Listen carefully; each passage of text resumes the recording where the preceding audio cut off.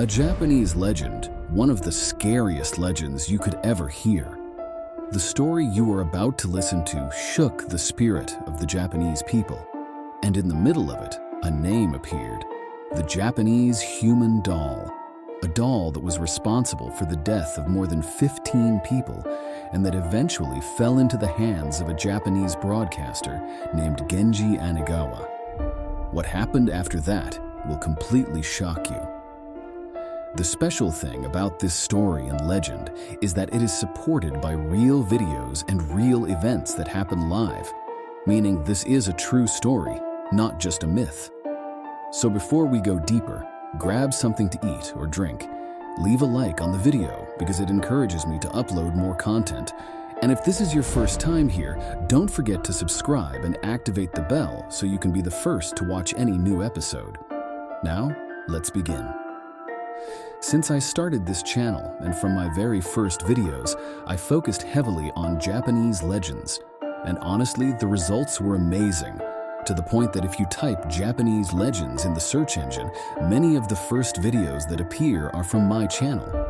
I consider this a big achievement because even though my content is in Moroccan dialect, there are many people from different Arab countries who are deeply interested in Japanese culture and make a big effort to understand and follow these stories. The truth is, Japanese legends contain a special kind of psychological horror that attracts many people. They are not just imaginary stories, but include real events, symbols, and incidents that actually happened and left a deep impact on Japanese society.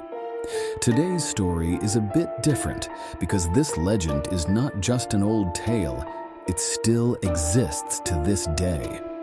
To understand what really happened, let's start our episode.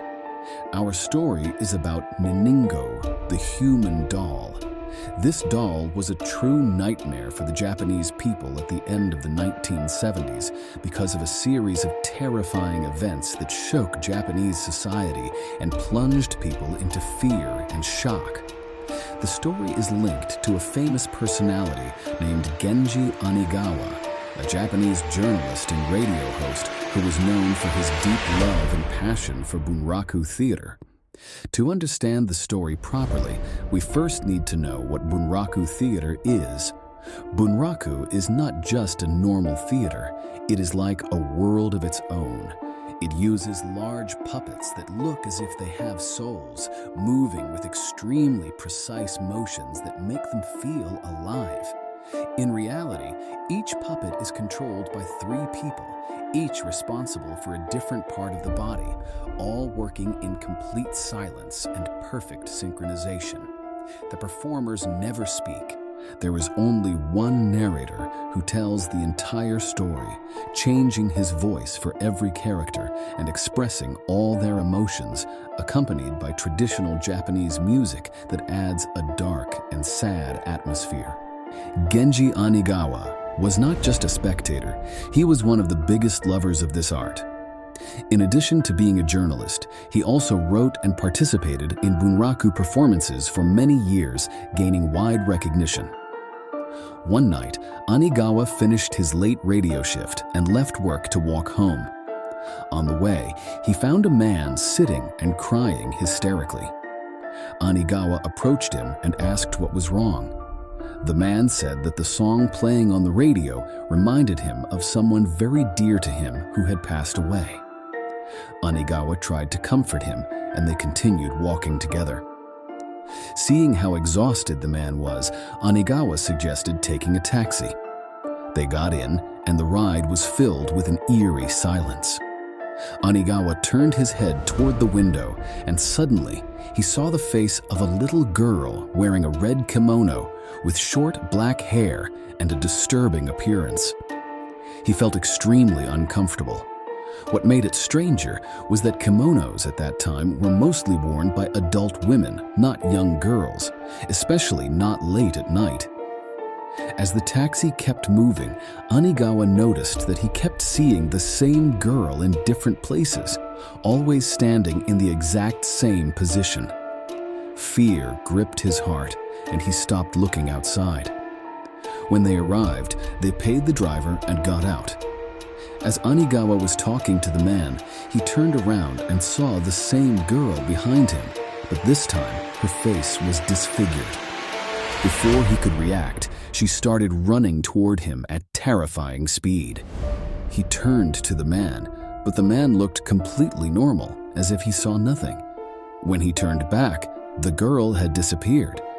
Terrified, Anigawa tried to convince himself that he was just hallucinating due to exhaustion. He arrived home and went to sleep. The next morning, his wife told him that she heard strange footsteps and noises in the house during the night. For some reason, his mind immediately went back to the girl. While they were talking, the phone rang. It was a writer asking Anigawa to participate in a bunraku theater performance. Without even asking for details, he immediately agreed. Later, he discovered that this project would completely change his life. It had a huge budget and was going to be performed all across Japan. When Anigawa finally met the puppet he would perform with, he was shocked. The puppet was an exact replica of the little girl he had seen that night. Fear nearly paralyzed him, but he convinced himself to continue because this performance could change his and his family's life. During rehearsals, they discovered that the puppet's right hand and right leg were damaged. They sent it for repair, but strangely, no one could fix it. Despite the odd events that kept happening, they decided to proceed. The night before the performance, the writer's house mysteriously burned down, destroying all the scripts. The show was postponed.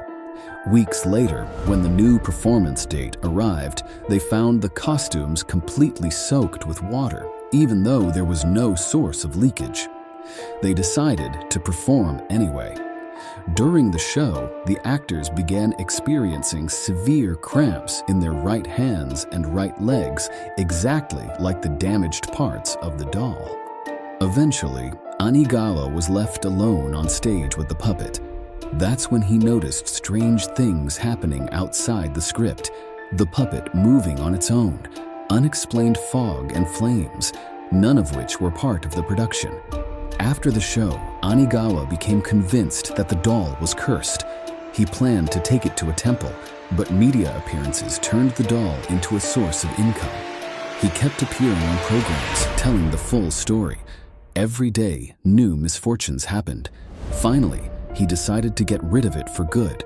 But before that, he accepted one final live interview. During the broadcast, viewers began calling in, asking, "Who is the little girl standing next to the doll?" The truth was, there was no little girl in the studio. Lights started flickering. Cameras turned off and on by themselves. The broadcast suddenly cut and was never aired again. It is said that Anigawa later gave the doll to a spiritual medium who told him that it completely disappeared. To this day, no one knows where the doll went or where it is now. And here ends our story. Did you miss Japanese legends? Let me know in the comments if you want more. See you in the next video.